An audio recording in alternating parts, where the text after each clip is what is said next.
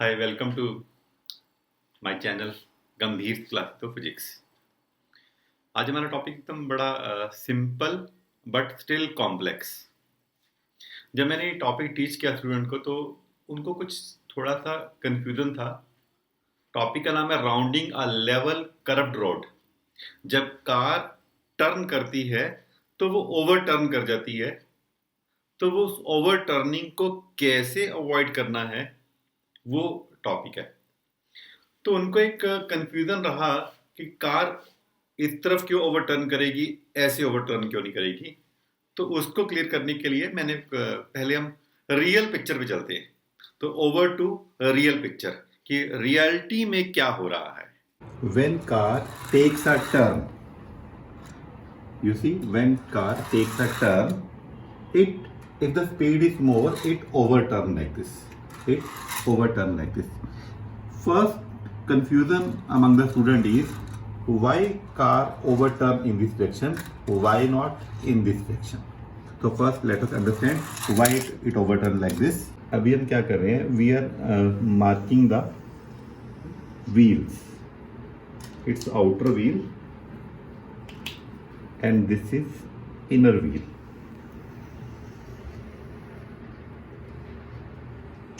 Now you see there is a centrifugal force. If the center of the turn is here, there is a centrifugal force. First of all, what is the radius here? This is R1 and what is the radius there? It is R2. So what is the centrifugal force? Centrifugal force कितना है? It is mv square by r. So when this car take a turn, you see the inner wheel have radius r1 and the outer wheel have radius r2. It means on the inner wheel centrifugal force is more and the direction of centrifugal force is outward.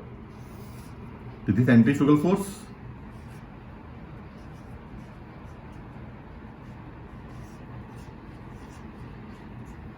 तो जो centrifugal force है वो दोनों wheel पे लग रहा है, पर जो अंदर के व्हील हैं उसका रेडियस कम है और जो बाहर के व्हील है उनका रेडियस ज्यादा है। तो इसलिए अंदर के व्हील पे सेंट्रीफ्यूगल फोर्स ज्यादा लगेगा। अब देखो थोड़ा एयर में मैंने किया, इन व्हील के ऊपर सेंट्रीफ्यूगल फोर्स ज्यादा लग रहा है इस तरफ से, और आउटर व्हील पे सेंट्रीफ्यूगल फोर्स कम लग रहा है।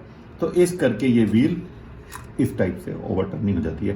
तो पहला कॉन्सेप्ट क्लियर हुआ कि ओवरटर्निंग इस साइड पे क्यों है, क्योंकि इन व्हील पे सेंट्रीफ्यूगल फोर्स ज्यादा है, आउटर व्हील पे सेंट्रीफ्यूगल फोर्स कम है। So it's overturn like this. When the centrifugal force, because of centrifugal force, this wheel feel a skidding like this. As the wheels are feeling skidding like this, so there is a friction. Friction is always in the opposite direction.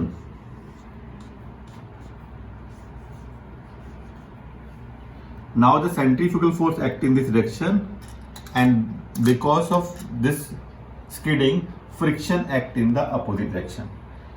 अब अगर ये friction centrifugal force से ज्यादा है,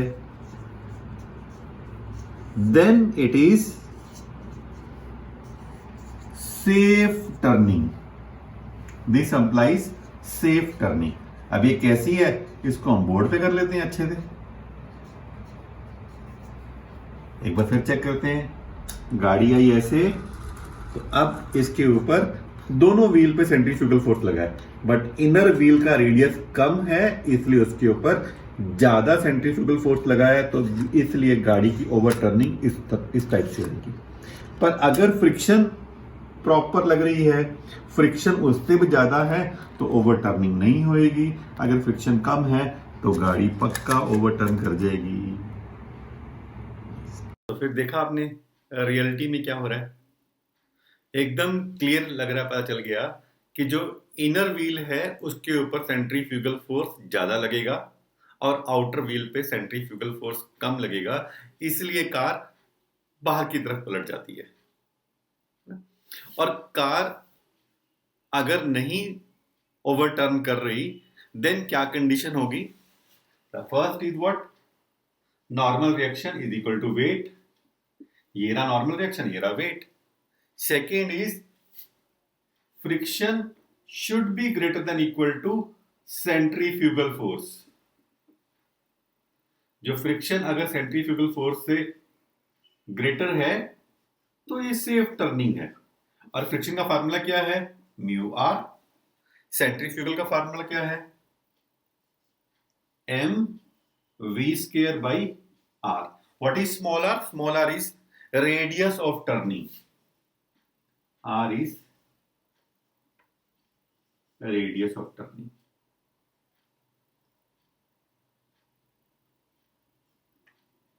M is the mass of the car, V is the velocity, और यहां पर maximum velocity ले रहे हैं हम।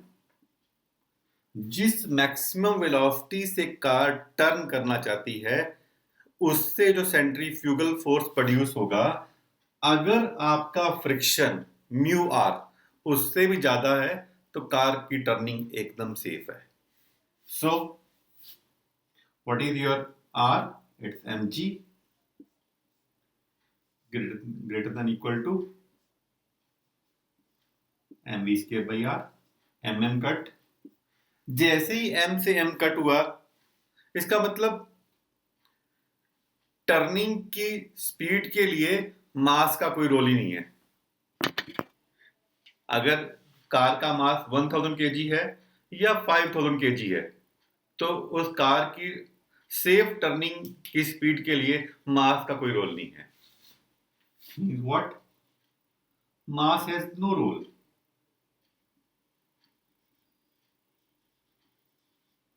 For the safe limit of speed of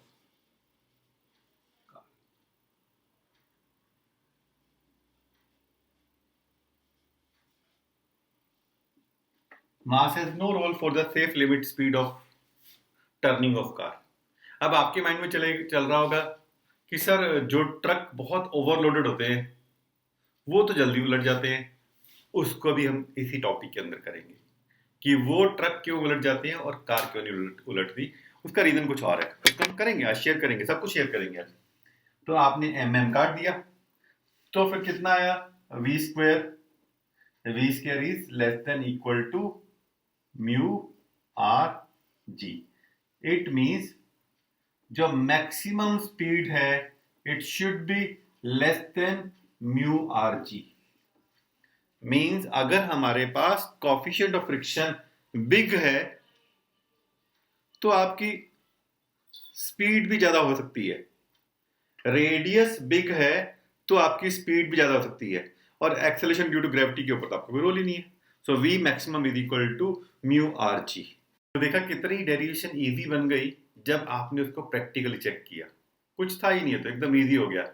और अदरवाइज जब मैंने इसको लास्ट टाइम टीच कर रहा था तो स्टूडेंट में इतना कंफ्यूजन था, पर जैसे ही हमने कार को प्रॉपरली टर्न करके दिखाया आपको तो इट बिकम इजी। एक बार फिर चेक कर लेते हैं ताकि एग्जाम में कर पाए इसको हम। For the safe turning all the forces should be balanced, means R is equal to weight, and F should be greater than equal to centrifugal force because of maximum velocity. So we wrote F is greater than equal to centrifugal force. What is F? Mu R is greater than equal to mv square by R, where V is maximum speed. तो mm cut गया, तो m काटने से ये हो गया कि अब कार की जो स्पीड की लिमिट है उसके ऊपर मास का कोई रोल नहीं है। कार फुली लोडेड है, कार बिल्कुल लोडेड नहीं है, उसका कोई रोल नहीं है उसके अंदर। देन यहां से सॉल्व किया आपके पास, तो वी स्क्वायर कितना आ गया? म्यू आर जी, तो वी आ गया mu r g the root. So mu अगर ज्यादा है, फ्रिक्शन ज्यादा है, जो कि बिल्कुल भी डिपेंडेंट नहीं है, friction between the tyre and road जिस पे आप डिपेंड नहीं कर सकते, अगर फिर भी वो ज्यादा है तो आपकी कार कि टर्निंग की स्पीड भी ज़्यादा हो सकती है। रेडियस अगर बहुत छोटा सा है, टर्निंग का रेडियस बहुत छोटा है, तो वहाँ पर ओवर टर्निंग के चांस भी ज़्यादा हैं। तो वहाँ पर आपको स्पीड काफ़ी कम करनी पड़ेगी। हमने देखा होगा ना, जो हिल्स में जहाँ एकदम शार्प टर्न आ जाता है, तो वहाँ पर कार की स्पीड, ट्रक की स्पीड को बहुत कम करना पड़ता है, बहुत ज़्यादा ही कम करना पड़ता है वहाँ पर। Then next is what, small g पे तो कुछ डिपेंड ही नहीं कर सकता। तो ये म्यू और आर आपका मेन रोल प्ले कर रहा है। अब हम चेक करते हैं कि अगर ट्रक ओवरलोडेड हो, उसका क्या इफेक्ट आता है, उसको चेक कर लेते हैं। जो हम बात कर रहे थे कि ट्रक अगर ओवरलोडेड होता है तो ज़्यादा चांस है उसकी ओवरटर्न के।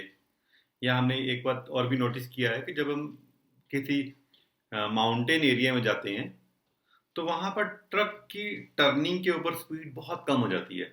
हमारी कार बहुत इजीली उसको ओवरटर्न कर जाती है, ओवरटेक कर जाती है।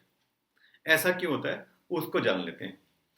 सबसे पहली बात एक माइंड में रख लो कि मास का कोई रोल नहीं है, पर सेंटर ऑफ ग्रेविटी का रोल है।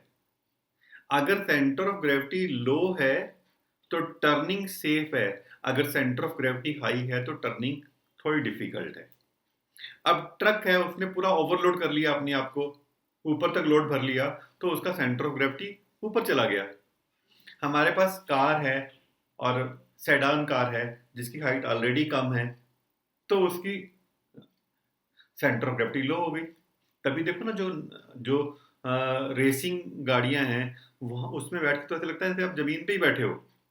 वो बिल्कुल चपटी बनी हुई है, एकदम एरोडायनेमिक एरोडायनेमिक उनका डिजाइन है। जैसे कि ये देखो, कितनी है कि नहीं, एकदम एरोडायनेमिक डिजाइन इसका भी। सेंटर ऑफ ग्रेविटी कितनी लो की हुई है इसकी। दो इट्स अ मॉडल। अच्छा, इसको समझने से पहले एक बात जरा जान लो। हमने ये किया था बचपन में कि अगर ये W1 है, यहाँ पर W2 है, ये L1 है और ये L2 है, this will produce a clockwise moment. It will produce a clockwise moment. और वो कितना मोमेंट होगा, वेट इंटू L2। ये सीधा अरेंजमेंट है ना। और अगर जिसमें बच्चे खेलते हैं, ये लो बच्चा बना दिया इसके ऊपर, अब समझा देगा। यही बना दिया बच्चा इसके ऊपर भी, राइट। सो ये स्टूडेंट जो है, ये इस तरह मोमेंट प्रोड्यूस कर रहा है और ये इस तरह मोमेंट प्रोड्यूस कर रहा है। It's producing a clockwise moment and it is producing a anti clockwise moment. तो W1 L1 ये दोनों इक्वल हो जाएंगे। For the proper playing of सीसा, W2 into L2 is equal W1 into L1। अगर मान लो वेट इसका कुछ ज्यादा हो, थोड़ा ये आगे चला जाएगा, उससे क्या होगा, L2 कम हो जाएगा, फिर W2 इंटू L2 का प्रोडक्ट सेफ हो जाएगा। अब हम देखते हैं कार में या ट्रक में कि कैसे है। इट्स इंटरेस्टिंग, अभी समझ आ जाएगा आपको। ये हमने एक पॉइंट लिया जो मैंने ग्रीन शो किया हुआ है, ये हमारा सेंटर ऑफ ग्रेविटी है जिसको मैंने G से शो कर दिया। अब जो mv²/r है, जैसे ये यहां पर मान लो सेंटर ऑफ ग्रेविटी है, mv²/r है। हमने देखा था जब मैंने टॉय कार को चलाया था, तो mv²/r मींस सेंट्रीफ्यूगल फोर्स। इसका मोमेंट किस तरह प्रोड्यूस करेगा, एंटी क्लॉकवाइज।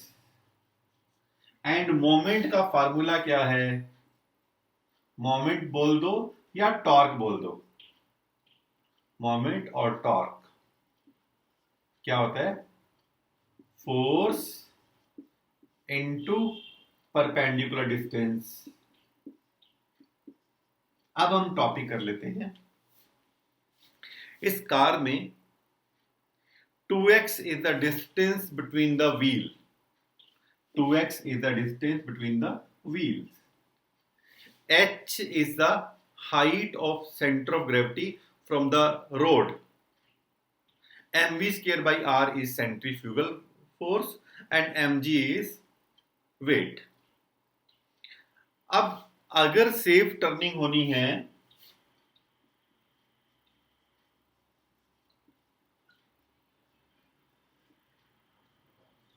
उसके लिए क्या होगा, anti clockwise moment due to centrifugal force is equal to clockwise moment due to weight. So mv square by r, जो ये इनर व्हील पे ज्यादा लग रहा है, अब mv स्क्वायर बाई r, इसके साथ राइट एंगल पे फोर्स कौन सा लग रहा है, वो लग रहा है h. तो mv square by r into h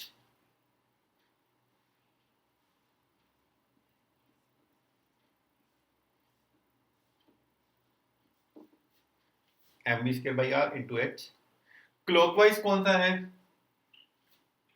अगर ये mv स्क्वायर बाई r इसको इस साइड पे घुमा रहा है तो वेट इसको इस साइड पे घुमाएगा ताकि बैलेंस हो जाए.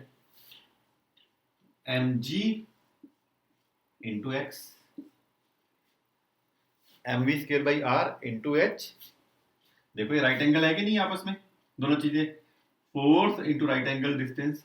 अब देखो ये x है और ये राइट एंगल पे लगा हुआ है वेट, ये भी 90 डिग्री बन रहा है यहाँ पर भी. दोनों व्हील में डिस्टेंस 2x था तो सेंटर और व्हील में क्या हो जाएगा, x हो जाएगा.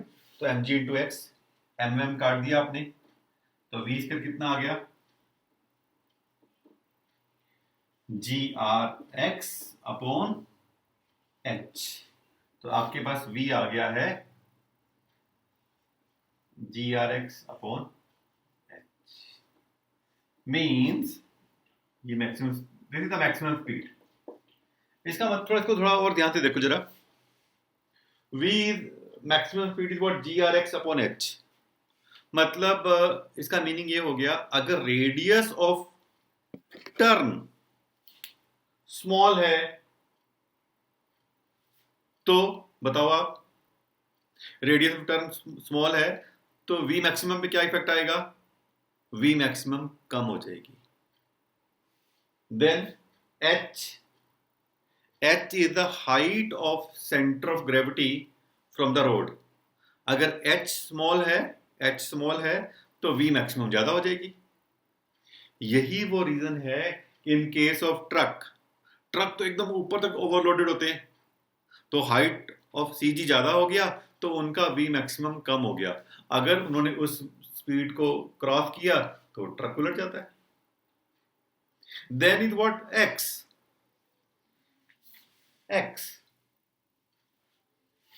आपके पास सेडान है तो दोनों व्हील में काफी डिस्टेंस है, आपके पास स्मॉल गाड़ी है तो दोनों व्हील में डिस्टेंस कम है. तो जितना ज्यादा डिस्टेंस ज्यादा होगा आपकी स्पीड की लिमिट भी उतनी ज्यादा हो सकती है. Third is what, x. r पे तो आपका कोई रोल ही नहीं है, r तो रेडियस ऑफ टर्निंग है, उस पर आपका कोई रोल नहीं है. हाँ इतना है, अगर रेडियस ऑफ टर्निंग स्मॉल है तो वेलोसिटी आपकी आप ज्यादा वेलोसिटी कम हो जाएगी. अगर रेडियस ऑफ टर्निंग ज्यादा है तो आप वेलोसिटी ज्यादा कर सकती हो. अब बाकी गाड़ी के पास कंट्रोल में क्या है, x है और h है. x जब आपने नई गाड़ी परचेज की है तो आपके पास ऐसा मॉडल है जिसमें व्हील में डिस्टेंस ज्यादा है, then you can go for a higher speed also. And then is what, h. About the h is the height of the center of gravity from the road. अगर h ज्यादा हो गया तो वो v कम हो जाएगा आपका पास, जैसे इन केस ऑफ हमने ट्रक की बात की. और अगर आपके पास मान लो रेसिंग कार है, स्पोर्ट्स कार है, तो उसका h कम है तो you can enjoy more speed. तो एक बार फिर चेक कर लेते हैं कि हमारे पास अगर हमें सेफ टर्निंग करनी है तो mv square by r into h, मतलब anti clockwise moment, must be equal to clockwise moment. Which is what mg into x. तो ये दोनों मैंने बराबर कर दिए, mm कट गया, तो देखो फिर मास का कोई रोल नहीं आया यहाँ पर, मोमेंट में भी मास का कोई रोल नहीं है, तो v स्क्वायर कितना आ गया grx बाई एच, और v कितना हो गया grx by h the root. चलो अब एक न्यूमेरिकल कर लेते हैं इसका। This is a question from the medical examinations. What will be the maximum speed of a car on a road of turn radius 30 metre if mu is 0.4 and g is 9.8। आपके पास r है 30 metre, mu है 0.4। we know that for safe turning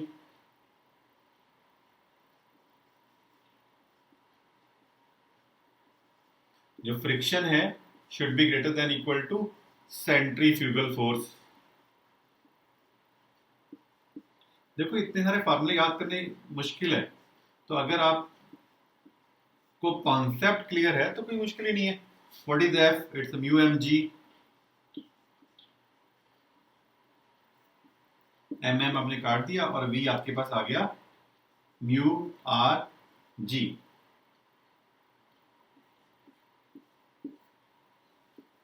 तो जो v की maximum limit है वो mu r जी होगी, जैसे अभी आपने ड्राइव नहीं किया था। तो what is mu? It's 0.4, what is r? It's 30, and what is g? It's 9.8। इसके बाद हम सीधा लिमिट ऑप्शन में जाते हैं। 10.84, 9.84, 8.84, 6.84। इट सीम्स कि जिसने क्वेश्चन सेट किया है वो कैलकुलेशन स्किल भी चेक करना चाहता है स्टूडेंट की, कि क्या वो इसको कैलकुलेट भी कर सकता है। तो देख लेते हैं इसको। 30 इंटू 4 इट्स 12, 12 इंटू 9.8। देखो अगर तो ये आपके पास 100 से ज्यादा आ रहा है तो आंसर 10 वाला है, अगर 100 से कम आ रहा है तो 9 वाला है, और ये आपको 12 into 9 108 means answer is 10.8। Simple, क्योंकि 9.84 से तो वो 100 से लेस वाला होगा तो ही निकलेगा ना। तो 12 इंटू 9 108, 108 का रूट करेंगे तो अराउंड 10.8 के करीब आ जाएगा, right. Okay,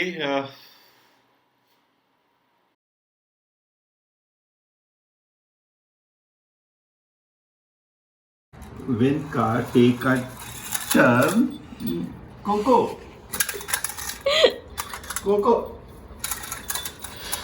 give the car, Coco, friction कौन समझाएगा? Coco, car